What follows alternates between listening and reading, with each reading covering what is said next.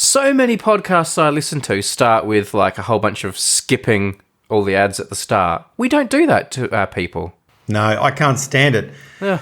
It doesn't seem to be very effective either because I instantly go to skip them. It's like, oh, that's helpful. They've put it at the start. And now I don't have to worry about them. Skip. Yeah. Very dodgeable. Oh, that's right. Yeah.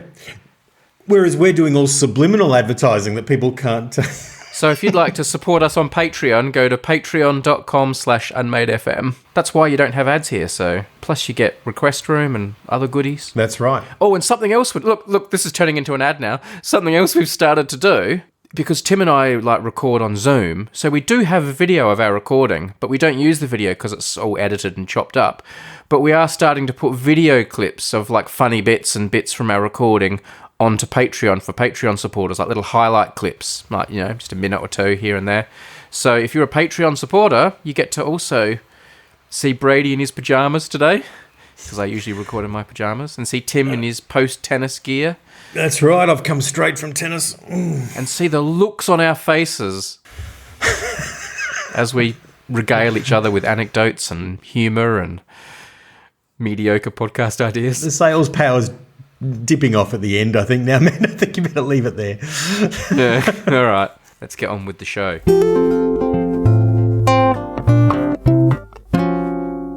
Hey, look, we had lots of follow-up comments and suggestions following our last episode, more than usual. So we obviously struck some nerves, and I thought I'd share some of it, if I may. What about? What was it? Well, first and foremost, Tim talked about his frustration at not being able to find a good split-screen racing game for the new Xbox that he plays with the girls. Yes. And we have had lots and lots of people get in touch with suggestions of games Tim could download or put onto his Xbox to do some split-screen racing. Hopefully you've seen some of them, Tim.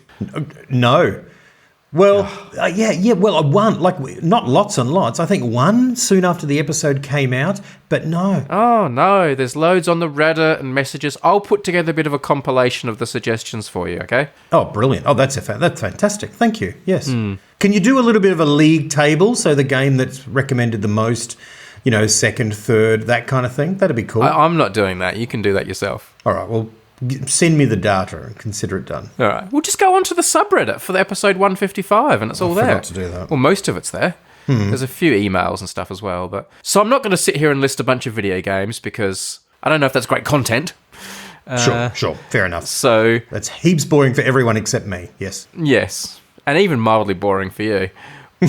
But I did hear from a couple of people, including Steve, who shed some light onto why you don't get many split-screen racing games these days. I think you thought it was because they want to shift more units. They want more people to buy the actual console, so the only way you can race each other is to each own an Xbox. That's right. Rather than kids playing together at one house, they want each kid to be sitting looking at a screen on their own in their own house. Okay, well, here's Steve, who shared an insight that was shared by one or two other people as well. But Steve, I think, has the most credibility, so we'll go with him. He says, "Love the podcast, and it was interesting to hear you delve into the topic of video games on the latest episode. This lined up with my field since I'm an editor at GameSpot. I've been writing professionally about games for almost 20 years now. Video games with multiplayer featured across one system are usually referred to as split-screen multiplayer for competitive, or more casually, couch co-op for games that you play cooperatively together. If you search those terms, you may be able to find them more easily. Tim is right, they're more rare today than they used to be. Nintendo still usually produces them on its own systems because it has a history of being a family-friendly toy company, but other consoles are usually hit or miss. There may be some ulterior motive to sell more consoles, but there are a few other factors at play. Namely, lack of demand for the feature in some genres, and that one console has to do all the processing and rendering for both cameras of the split screen. For higher-end, graphically intensive games, that can be a tricky balance, so it's not always worth it for developers to put in the time. I love the show. It was nice to hear you guys briefly touch on a topic in my own little corner of the world. Hope Tim's kids are enjoying headshotting their dad." They certainly are. I think that's a bit soft, that the tech can't handle it. It could handle it back in the day, like 20 years ago when you and I were playing. But these days there's more demand for really, graphic intensive, realistic games. And I read someone else talk about how things like Mario Kart use all these sort of polygons and quite simple things to render, whereas these days the graphics are rendered in a different way and it takes more grunt under the hood. I don't know. I'm just saying. A couple of people said it. But it's not exactly, stop motion cameras. It's not, you know what I mean? Like, I'm sure it's... Anyway. Okay. Get on it, people. That's what I'm saying. Yep, Tim's not buying it. No, Tim's not buying it. That they can't do it. Well, they do, and I'll send you the list, but that's just one of the reasons. Takes a lot of power. I don't know. I mean, maybe if you sort of came up with some way to hook your coffee machine into the system, you could use the power of your enormous coffee machine to juice up the Xbox. Perhaps I could. I literally have got the most recent Xbox, and I can't believe it can't handle a split screen racing. But I get what you're saying. The sort of level, because I played the Formula One the other day, and that is, firstly, I thought that would be really easy like Mario Kart, and it's not, and I'm totally rubbish. I spent half the time crashing into the barriers, which got old pretty quickly, I have to say. Those Formula One games are too realistic now. They are too realistic. That's right. I literally, because I watch a lot of Formula One, and you generally get into the vibe that if I got into that car, I could pretty much drive around the track at least. You know what I mean? Not fast, but I could just drive around the track. It took about 2 laps on the Formula One game for me to go, I really shouldn't be driving one of those. I really think that would be a bad idea. So that's that fantasy gone. But anyway, yeah, point taken. Obviously, there are market forces. There must be more people not wanting them as much as me. No. Sorry, I've said that backwards. There must be less people wanting it as much as me, or they'd be doing it. They'd find a way. Yeah, fair enough. How's the coffee machine going, by the way? We haven't discussed your coffee machine for a while.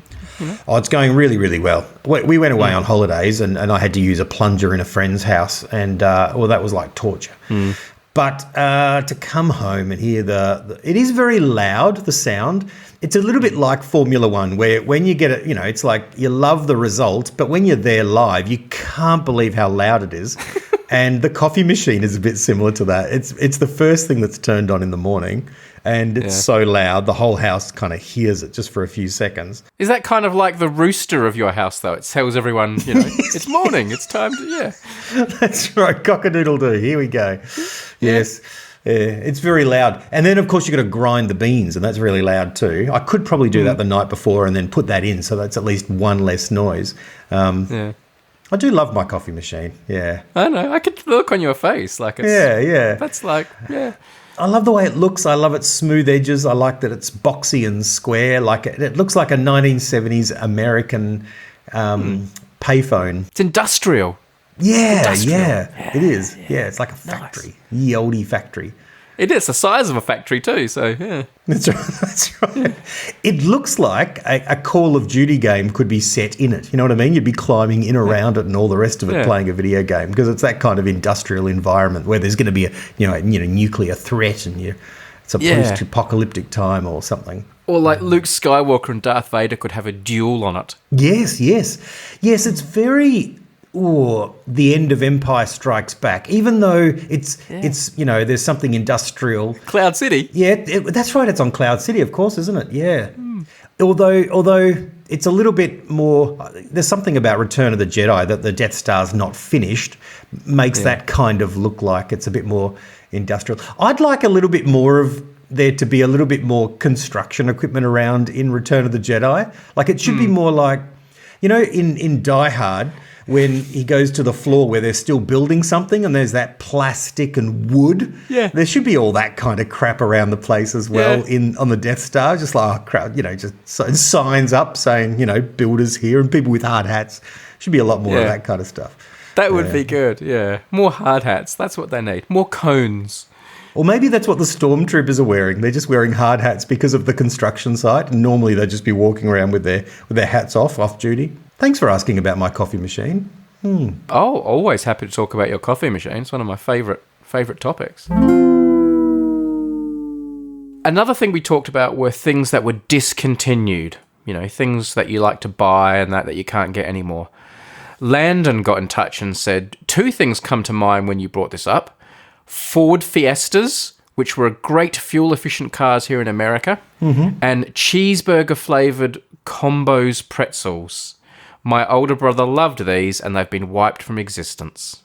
Oh, gosh. Cheeseburger, did he say? Cheeseburger-flavoured Combos pretzels. Oh, gosh. That sounds a bit toxic. I'm not sure. The Ford Fiesta is not really the car for me, so, I'm sorry they're gone if you like them, Landon, but I can live in a world without Ford Fiestas. Yeah. Kurjafakissa? Sorry, excuse my pronunciation, but they said, I loved the Subway meatball sub, but apparently it wasn't popular in Finland, so they changed the menu here. I've heard it is available in other countries, for example, in America still, but it is discontinued just where I live. That's interesting that the meatball sub is not popular in Finland because IKEA, which I know is Sweden, but, they're not literally not a million miles away from one another. No. Have a very, very, very popular meatball dish. It's one of their most popular dishes. I mean, meatballs are just a famous thing in Sweden in general. When I was at the Nobel Prize, I sat next to a woman and she was telling me how she was making Christmas dinner this year. And I said, really, what are you making? And she said, meatballs. And I'm like, yeah. I'm living the Swedish cliche. Wow, I didn't know that was a thing with them. Okay. But obviously not in Finland. Maybe that's a point of distinction. Or maybe the Finnish people are such connoisseurs of meatballs that the American Subway meatballs just don't cut it, so they don't buy them. Well, maybe so. And maybe they could just, head over to Sweden, go to IKEA and get some there.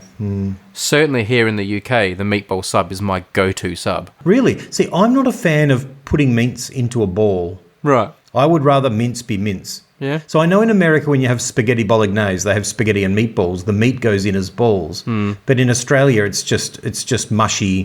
Mince. It mixed in with the sauce. Yeah. It's just it's liquefied, not liquefied, but you know what mincemeat's like. Yeah. It's not rolled into a ball, and I am very used to that. And putting it into a ball seems now I got to do another thing. I got to break the ball apart and then take a bite. But IKEA meatballs, you must concede, are like God's gift to taste buds. My eldest daughter would, but not me. I've never had them, so they don't appeal. Oh, it's with that gravy and with that nice berry sauce. Oh, yeah. Oh, yeah. This is IKEA. You're craving the food from the cafeteria at IKEA.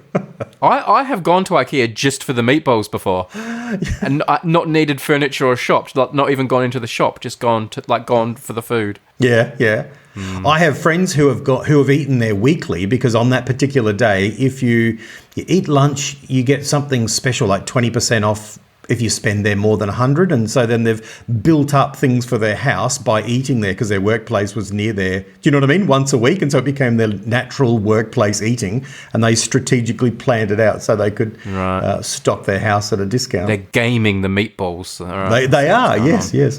Torturing themselves, forcing themselves to go back again and again to eat those, as you say, yummy meatballs. I also heard from Luminosity, who talked about a selection of gins they really like. Anyway, it was discontinued, these gins they liked. And they contacted the company. They said, no, we don't make them anymore. So what this person did, Luminosity did, was they went onto eBay and bought the 4 remaining bottles they could find. But Luminosity says, unfortunately, I didn't check the shipping address properly. I guess I'd not bought anything on eBay since COVID. The bottles all got shipped to my old workplace, and I had to sheepishly show up there one day to pick them up. Even worse, the whole company was in an update meeting, which I interrupted the middle of. What a strange day that was.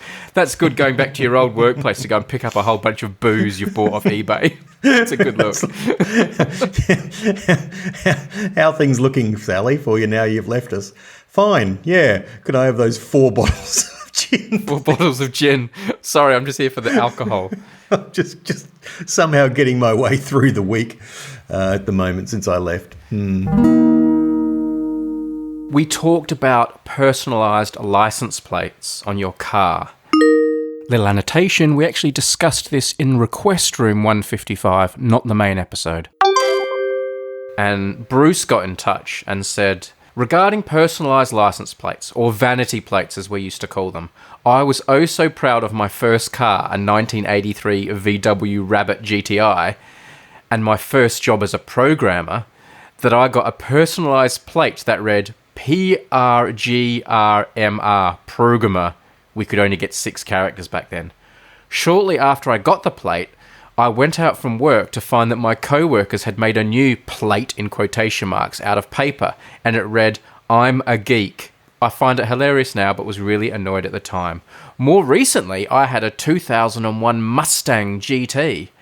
I got a plate that read, "MMI Pony," a wordplay on the year of the car in Roman numerals and the fact that Mustangs are known as pony cars. Can I just say, I tried to... I looked into whether I could get the number plate unmade here in South Australia, and sadly I can't, because we need to include a number and it needs to be at the end, and so it didn't work. I tried a few different configurations. A three would do has a sort of E-ness to it. Yeah, but we tried that, didn't we? I thought I showed you the options that I looked up. I never saw. I don't know.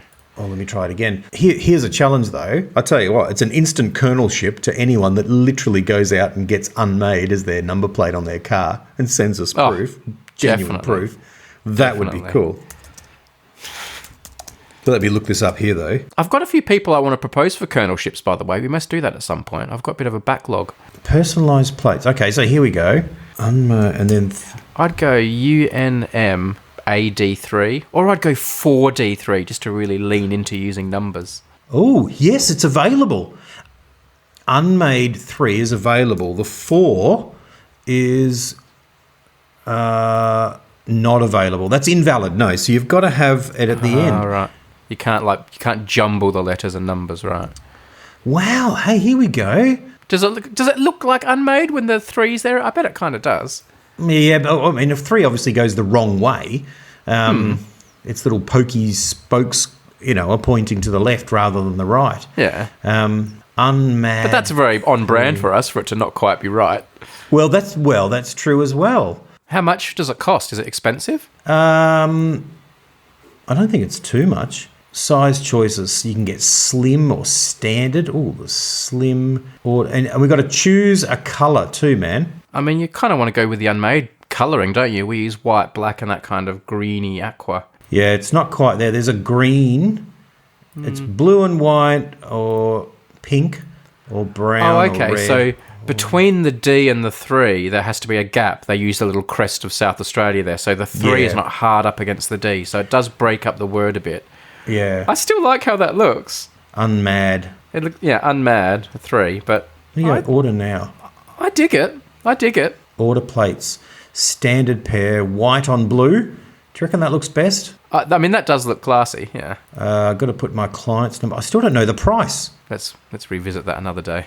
Well, no, let me see. We're recording an episode here, man. I know, but you can edit this boring bit out. I can't edit it out of my life, though.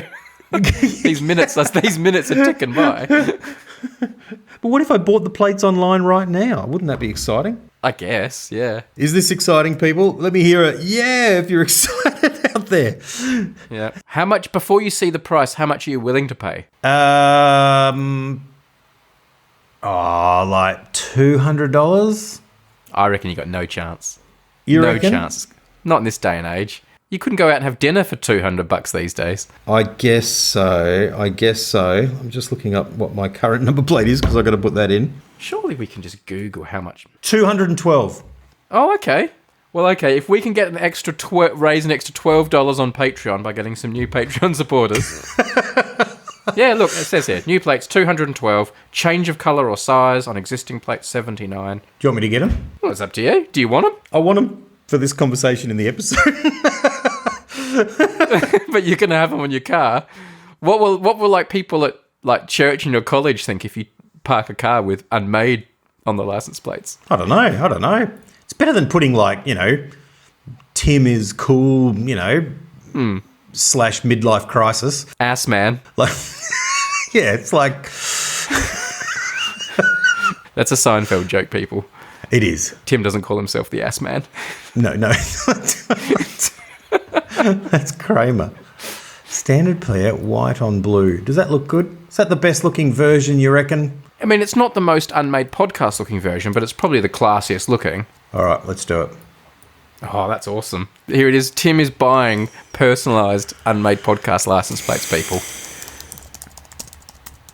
He has not cleared this with his wife. Oh, no. This is an unauthorized husband purchase happening here live on a podcast. Woo! I feel alive, right. man. Don't try and stop me, man. I'm not stopping you. I'm not stopping you at all. This is going to be one of those things where suddenly you find out it's 210 like every year, you know? You're gonna have to get that made into like a t-shirt so people can have it as their so people can like wear your license plate as a t-shirt too. That would look cool, wouldn't it? I'll get that done, people. Have a look. Link in the show notes. What do you think the reaction at home's going to be? Oh, cool. I think they'll think they're cool. Okay. Oh, that's the girls. My wife. Clearly it's the end of my marriage. But all right, I'm getting them sent to me, which means it's now up to 232. Okay. Bang, so we here probably go. need about another 10 to 15 Patreon supporters to help us out here. That's right. Patreon.com/unmadefm. There's a very good request room coming up today, people. You've sent in some great questions. Worth the price of admission alone. Now what are you doing? You're looking for your credit card? Yeah, the automatic payment thing doesn't come up on the... Tim has left it. He's looking for his card. Here I am. Sorry. Read out the card number as you put it in for us. All right. Yep. There we go. Payment is being processed. Your payment has been processed. There we go. You've done it. You've done it. Woo! Woo! We're alive, man. You have been vain live on the podcast. Vain? This is not vain. They're called vanity plates.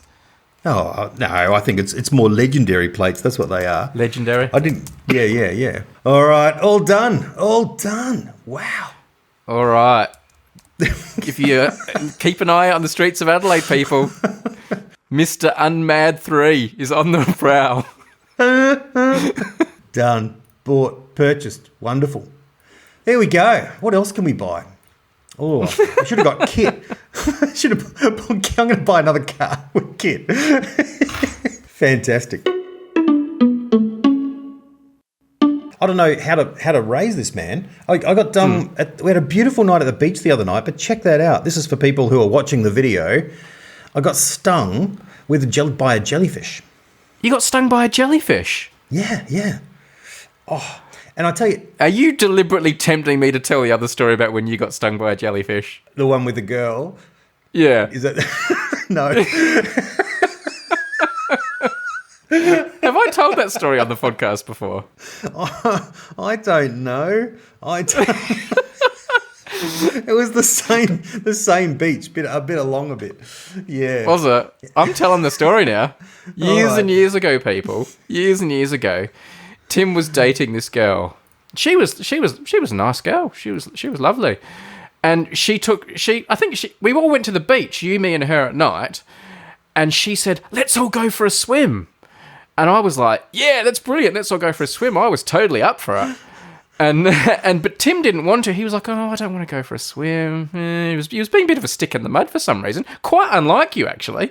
And I'm like, "Yes, Tim, we've got to go for a swim. We've got to go for a swim." And we kind of bullied you into it. I think I was nervous because, doing anything out of the ordinary or zany with a girl there that I liked, that kind of I was just being nervous, I think, and shy. Whereas I was probably, I didn't care. I just thought this was a chance to see a pretty girl in a bikini and go swimming in the beach. So I was like, let's do it. So we eventually bullied you into it, and we all went into the beach. And within about 30 seconds, Tim got attacked by a jellyfish. You got really badly stung. I did. It was like...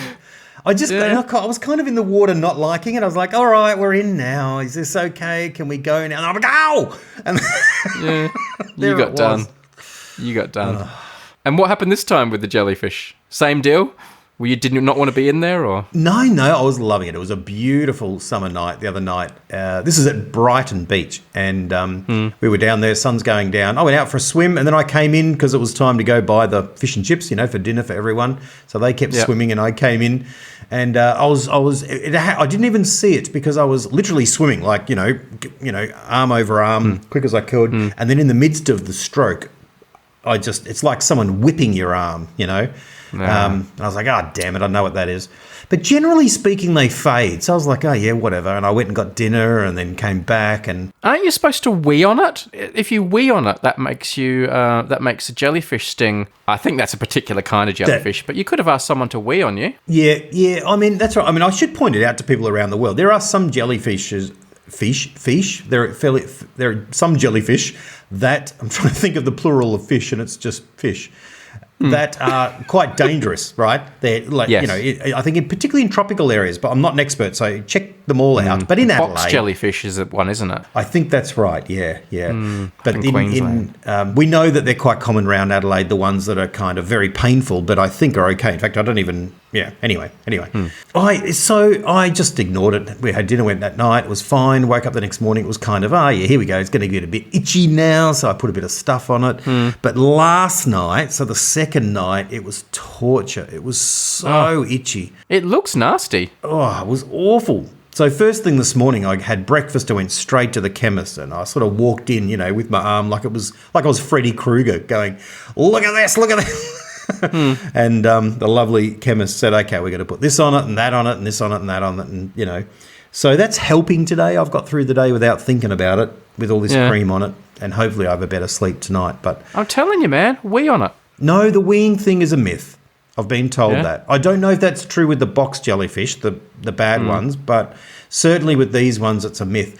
Although they say that, and this might be where the wee idea comes from, vinegar immediately can get rid of the stinging pain. But and so maybe there's the acid that's in urine that's sort of linked to that idea. Yeah. So maybe it's not harmful. I tried to, but as someone said the other day, you should have weed on it. And then someone said, but it swam away. And so it was like, not the jellyfish, the arm, yes. Yeah, there we go. Tim stung by a jellyfish again. That's the kind of cool footage you get when you become a patron. You get to see these lacerations. Yeah. Look at that. Stripes of pain on my arm. Wow. You have an idea for a podcast. So, Tim, my idea for a podcast is called I Only Just Realised. And I think this is a really common phenomenon. And I think it's become more common with the advent of social media and so much information being thrown at us all the time, right? Right. This podcast is about something that maybe common knowledge, maybe lots of people know, but it's something that somehow passed you by. Yes. Somehow you're like, oh, of course. Well, I'm an idiot. Yes. How did I not realise that? And I'm going to use an example I had a couple of weeks ago. Right. There is a collection of stars in the sky. This is called an asterism. It's not a constellation because it's part of a bigger constellation called Ursa Major, the bear. But within it, there's a very famous group of stars that you can't actually see from most parts of the southern hemisphere. So it's probably not as famous in Australia. But for people in the UK, they will know it as the Plough. But perhaps more famously, people in North America, USA, and Canada will know it as the Big Dipper. Oh, yeah. Have you've heard of the Big Dipper? Oh, probably, yeah. Tim, even if you don't see it. Yeah. If you look in the sky in the northern hemisphere, it's very obvious. It's one of the. It's just a collection of stars you can't help looking at because of the shape of it, and they're brighter than other stars. So and it makes this shape, and it was called the Plough in the UK because historically, when people used to plough fields with very old-fashioned ploughs that you would kind of push or get pulled by horses and stuff, it's a bit shaped like a plough. But I also know it's called the Big Dipper, and do you know what? I'd never thought about why it's called the Big Dipper. You're looking at a picture of it now, Tim. Yeah. Do you know why it's called the Big Dipper? It's named after Robert Dipio Domenico, who played football for Hawthorn in the 80s. No, his nickname is Dipper, but no. No. I had never thought about it. I think maybe because of like the curve and the nature of it, I thought maybe it's just like the dip of it. Or I said this to my wife. She'd never thought about it either. And she thought, I don't know, Big Dipper, like, was it named after a roller coaster or something? Or, yeah, that's what I have in my mind. I have in my mind as a kid, it's like, this is like a big ride at an amusement park where it's like a big slide that goes down to that square pool down the bottom. That's right. Yep. So I was lying in bed thinking about this. And I suddenly had a hunch. I actually figured it out. I'm like, hang on a second, no, I think I know what it is. And I looked it up, and I was kind of right. But I didn't realise it until now in my very late 40s. So I'm not claiming to be any kind of genius. Right. It is called the Big Dipper because in North America, there is a type of ladle that you would ladle out, soup and things with, and they call it a dipper. It's a part of your kitchen. Oh, can you pass me the dipper so I can get things out? So it's called the Big Dipper because it looks like a big ladle, aka a dipper. Oh, right, okay. And for someone from Australia who lives in the UK, I can tell you I had never heard of a dipper before in the kitchen. I'd always thought that the asterism did look a bit like a saucepan. Yes. But no, it's called the Big Dipper because it looks like a dipper or a kind of ladle. A large spoon that you dip into the soup or whatever and scoop it out. The scoopy bit. Oh, it's a spoon. It's a spoon. You're right. Yes, it's a spoon. Wow. It is. It's a spoon of the week. Cue the music. Spoon of the week. Wow. That's Anyway, yes, the Big Dipper is also our spoon of the week. Wow. This is the kernel of my idea. People kind of, I guess it's kind of a confessional, isn't it? Because you probably should know that, especially a guy who makes videos about galaxies and stars and astronomy for a living. The fact that I didn't know that the one of the most famous collections of stars known to humans, I didn't know where the name came from. But there we go. This isn't associated with any of the astrology figures, is it at all? Like the Big Dipper's not like, Pisces or something or whatever? Well, no, the night sky is carved up into constellations traditionally, which are like collections of stars, and yeah, they do have names like Cygnus the Swan, based on what they look like, and 12 of those constellations, or 13 depending on how things work. But anyway, as you and I would know, 12 of the constellations have this special status of being used in horoscopes and astrology. Yeah, I believe they're based on where the sun was at the time you were born. There's a lot of caveats here. No, right. So if the sun happened to be present in the constellation Gemini when you were born, as it was when I was born, you're a Gemini. Yeah, right. Okay. But there are also a bunch of constellations that the sun doesn't pass through, so they're not part of astrology as such. But no, the Big Dipper is a collection of stars that are part of a bigger collection of stars that form the constellation the Bear, and that's not one that's used in common astrology. Bit like the Southern Cross, another constellation. Yeah, it's exactly like the Southern Cross. And in fact, one of the most famous uses of the Big Dipper is to help people find the North Star, the Polaris. So the North Star is important and famous because it's above the North Pole, almost. It doesn't really move through the sky the way the other stars do, so it's quite a useful reference. Right. Because it's kind of at the rotation point. Yes. So a lot of people like to know where the North Star is, but finding the North Star is not that easy, but you can use the Big Dipper. There's like a technique where if you take these two stars in the Big Dipper and form a line here, it points directly at the North Star. So probably the most famous use of the Big Dipper is to help find the North Star. Right, okay. And you mentioned the Southern Cross. The Southern Cross, famous constellation in the Southern Hemisphere, it appears on the Australian flag. Yes. The Big Dipper appears on the flag of Alaska. So if you see the state flag of Alaska, it has the Big Dipper on it, and it also has the North Star. Oh, right, okay. I only just realised that because you told me. Yeah. I thought I had this idea on my list, actually, and I've just perused my list and I don't, but I've sort of had it as an idea there in my mind because I only just realised something generally whenever you and I have a conversation. So yeah, right. That's and that is case in point. I mean, obviously, we are accidentally rehashing a lot of our ideas at this stage in the podcast, and we have talked about things like this before.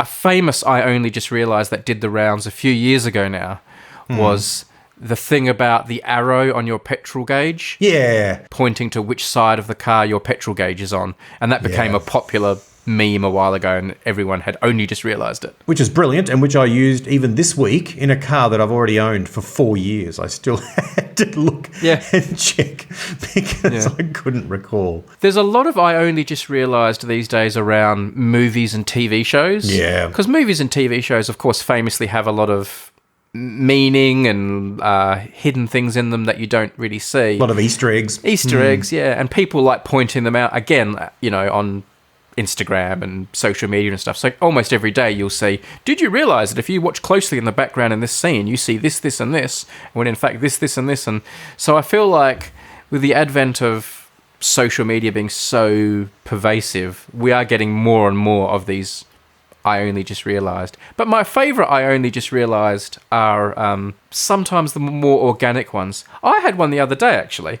I was watching videos of planes taking off and landing with my son because he loves watching planes take off and land, just sitting there on YouTube watching it. He finds it captivating. And he knows the difference between planes that have engines and propellers. Sometimes he calls them umbrellas. He'll see a plane with propellers taking off. He'll go, look, umbrellas. No, they're called propellers. So I was explaining the difference between umbrellas and propellers to him. And then I only just realised... And I have this quite often with words, because words kind of take on their own meaning in a way, almost. And I only just thought, of course, they're called propellers because they're propelling the plane forward or they're propelling the boat forward. And propellers had all my life just been a word for things that spin around on planes and boats that I'd never thought, of course, they're called propellers because they're doing the propelling of the vehicle. Yeah. Yeah. And it's like, of course, that's obvious. And anyone listening is probably thinking, you're an idiot. And like, of course it's obvious, but I'd never thought about it. It was just like propeller had become its own word. So I only just realised about the word propeller. It's doing the propelling. What if it's the other way around? What if they call propelling something that results from a propeller and they started off by calling it the object the propeller, and then the net result of a propeller, they started calling it, oh, well, it's propelled. What do you mean it's propelled? What does that mean? It's resulted from a propeller. So it's the other way around. I'm sure that's not the case in the case of propellers and propulsion in general. But you are right. There are occasionally words where it does go the other way around and you get caught out. And that's quite a fun subject as well. But like, obviously, life is full of words like this. In fact, one of my podcast ideas, and I'm blowing my own podcast idea here, but one of my other podcast ideas is dealing with words that are like this. Like breakfast, which becomes such its own word that you no longer think about breaking the fast. That's breakfast right. is its own thing.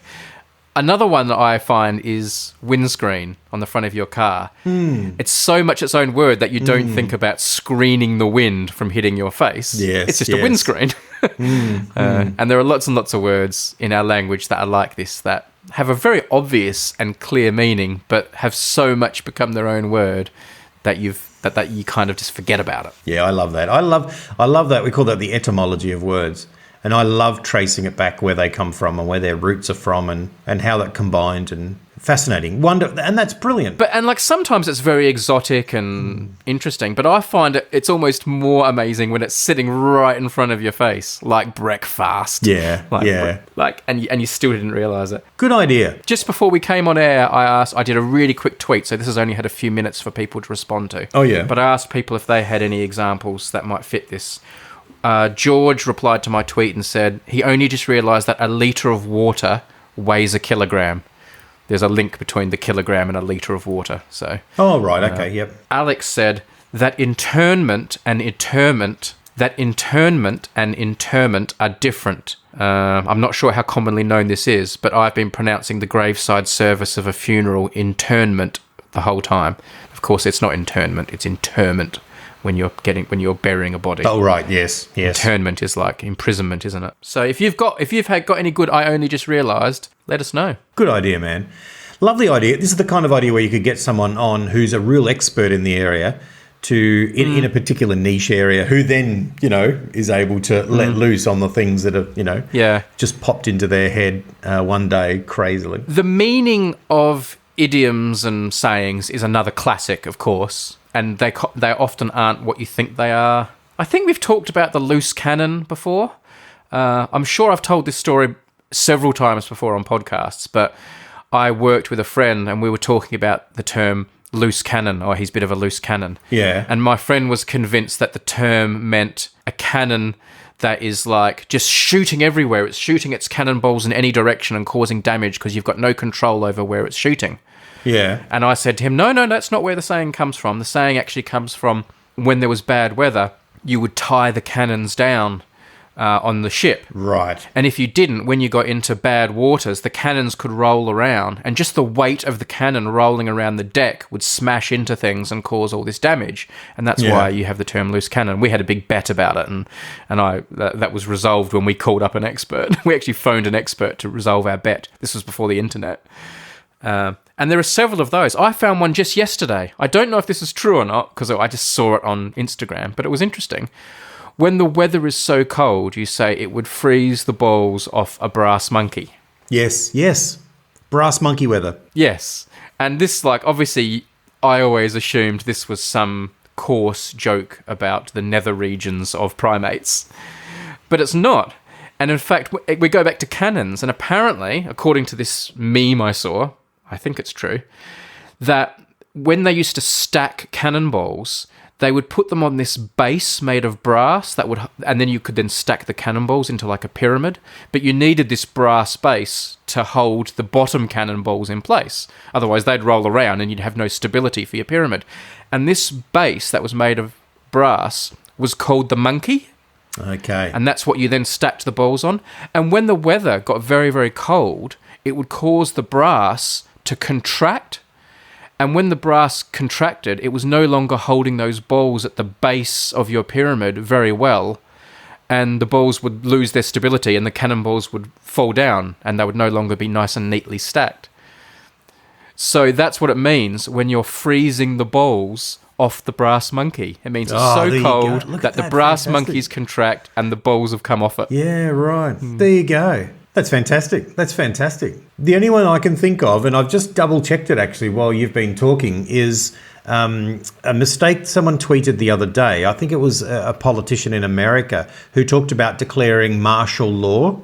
And he used it like, the word marshal, which is sort of like a name. And it sounds like General Marshal, or it sounds like an army term. Like General Marshal and the Marshall Plan, which is named after the Marshall General Plan. Marshall. That's right, yeah, MARSHALL, declaring martial law. Well, of course, it's martial law as in MARTIAL, martial law, which is a military term. Like a court-martial. That's exactly right. Like court-martial. Very good, where the army takes over.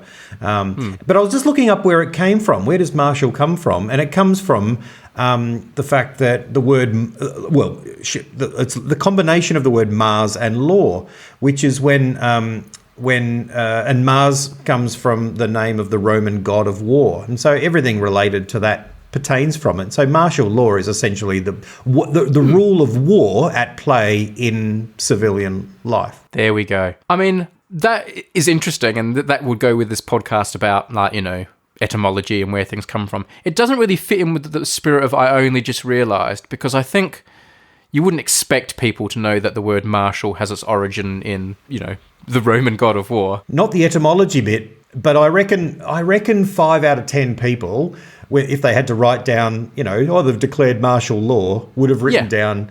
Does that make sense? And it's like, oh no, yes, I've only just realised it's not martial. That would be I only just realised. But I do like the idea that I only just realised should be something that when it's explained to you, or when you when you have the realisation, you almost feel a bit, how did I feel almost a bit silly. How did I not realise that?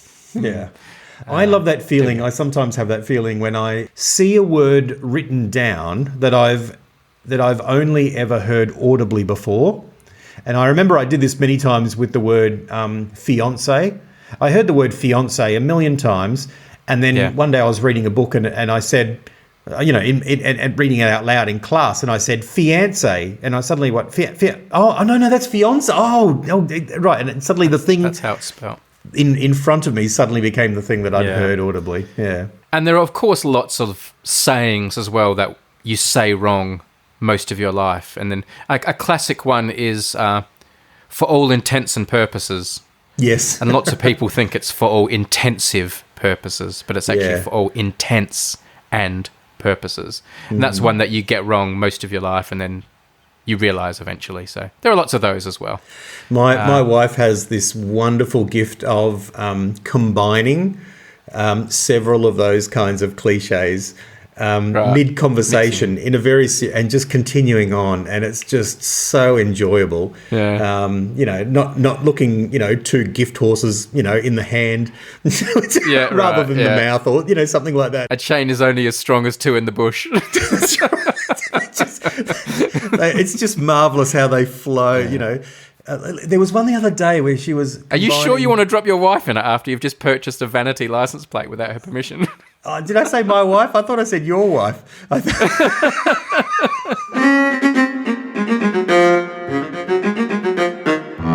I think for time purposes, we should skip spoon of the week and save the spoon you have for next episode. Because we've done the Big Dipper. So I think the Big Dipper is our spoon of the week. Fair enough. We're also skipping Patreon prizes this week because we haven't run the algorithm to get any winners.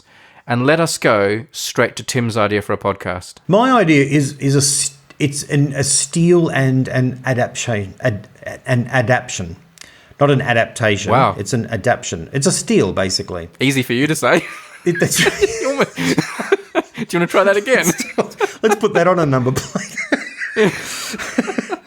There is a YouTube show which I like, which is called What's in the Bag, or What's in Your Bag, and it's famous musicians who are shopping for records. And they go, I've just bought these 5 records, and they pull them out, right? Obviously it's contrived. They walk around and buy 5 records, and they say, I love this album, I love these people, this is their new blah, blah, blah, what's in the bag?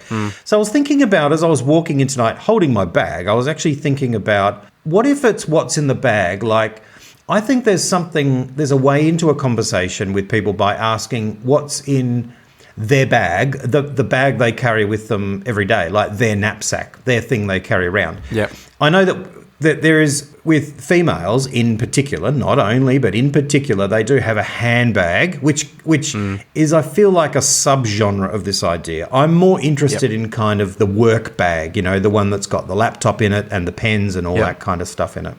So my idea is what's in my bag, where you basically... And there's got to be a level of randomness to this. You find someone who and basically you find a way into their life as they pull out everything in their bag and talk about why they've got it, what use it has, how long it's been in there, and all that kind of stuff.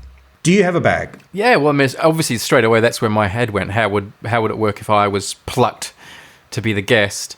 I do have a bag that I sometimes carry, like my laptop in and a few cables and my iPad if I'm going out for lunch and I just want to watch a video or some TV while I'm out. So I'll chuck a few things in there. But I don't really use that for anything other than basically carrying my computer and my laptop. And of course, when I'm working, and filming, I'll have 5 or 6 bags and they'll be full of all sorts of amazing things and interesting technology. So if you picked me on that day, you would have, people sometimes ask, can you give us like a run through of all your equipment?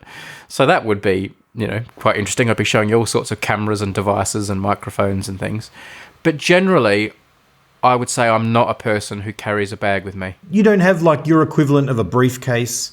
What about when you get on a plane? You do a little bit of travelling. Don't you have your bag? When I go on a plane, I'll take a carry-on bag, yeah. But it's all fresh, new things specifically chosen. It's not like, I'll take my bag and I'll take out a few things I don't need and away we go. No, I don't have a bag that I just take out with me. Wow. Like if I need a bag, it's very specific, or it's like all my camera gear, slow motion cameras and thermal cameras and microphones and things. I'm not talking about that. Yeah. That's extra bags, right? I'm talking about your main bag, the one you'd keep with you. I don't have a bag. If I need to take my iPad and some charging cables and headphones, I'll chuck them in.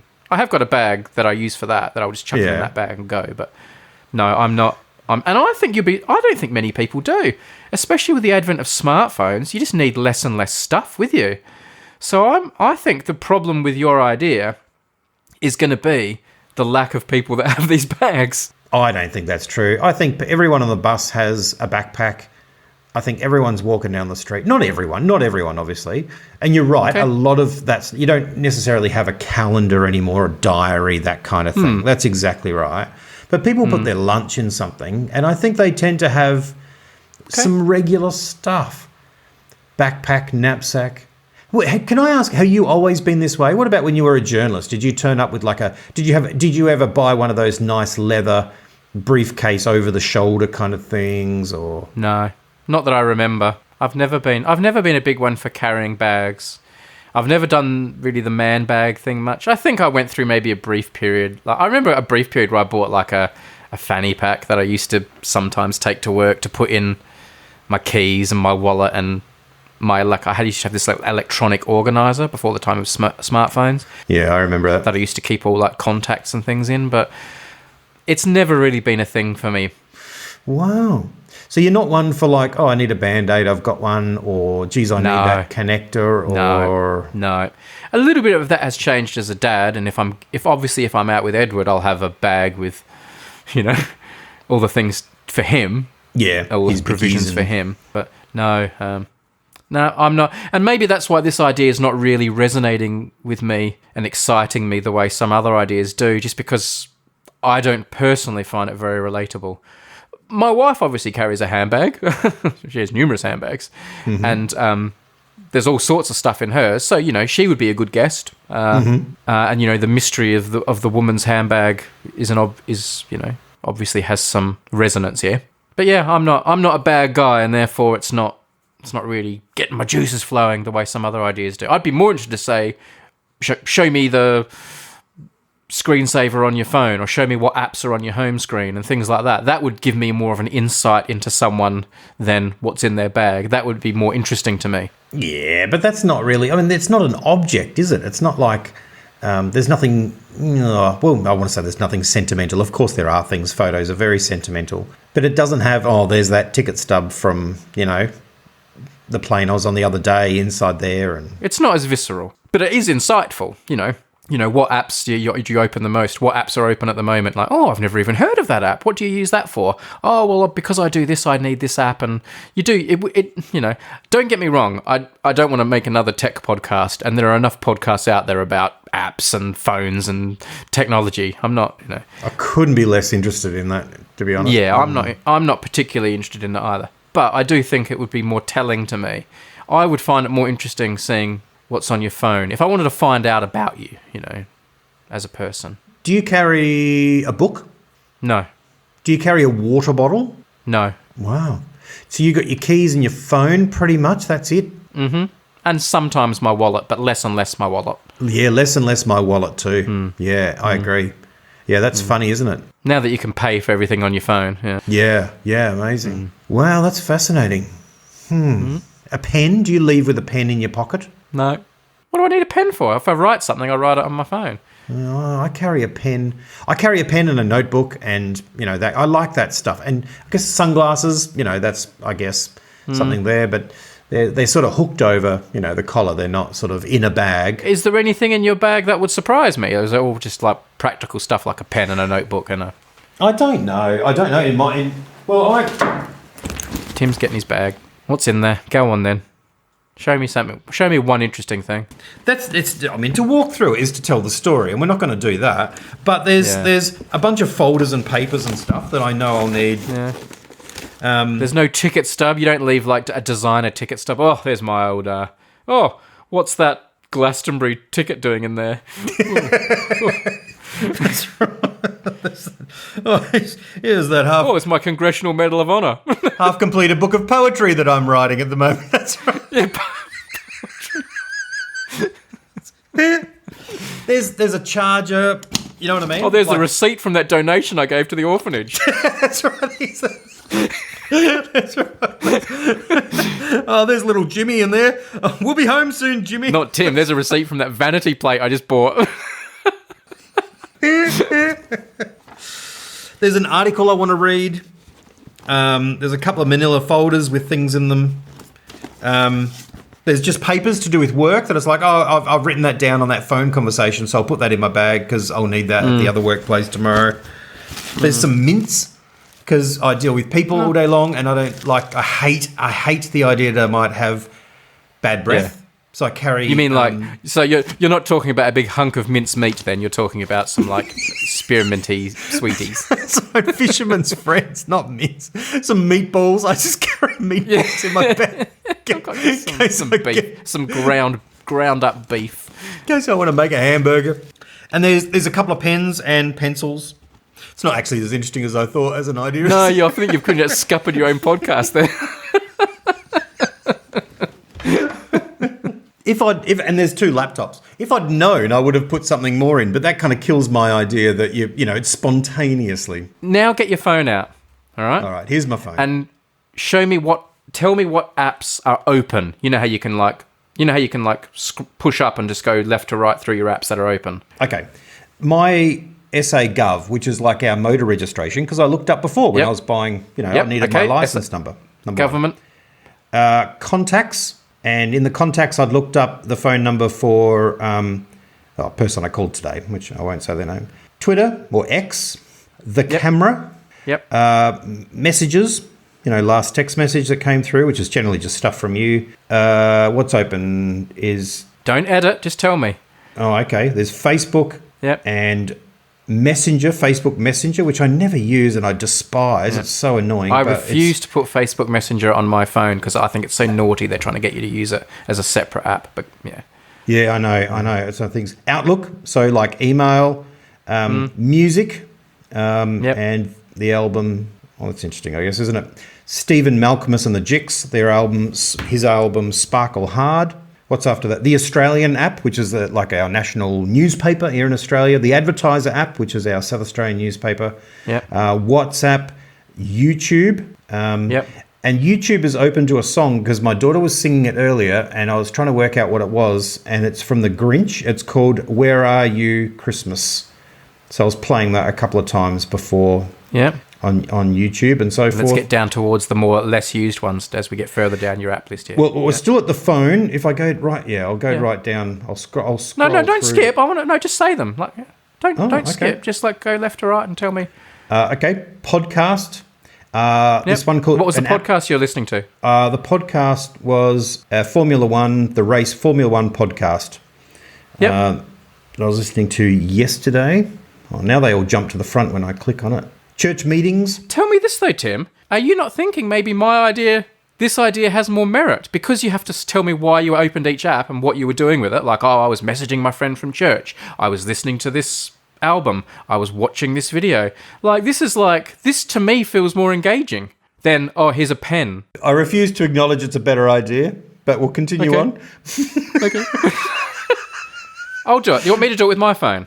Yes. I'll do it with my phone. Obviously, it starts more boring always. Okay, first of all, Safari, the internet. I looked up a picture of the Big Dipper, the plough, to send to Tim. Then messages, a message from my wife. She's stranded on a train that's not moving. Then Twitter, then photos. She's been there for several weeks. It's a crisis. No, she's just stuck.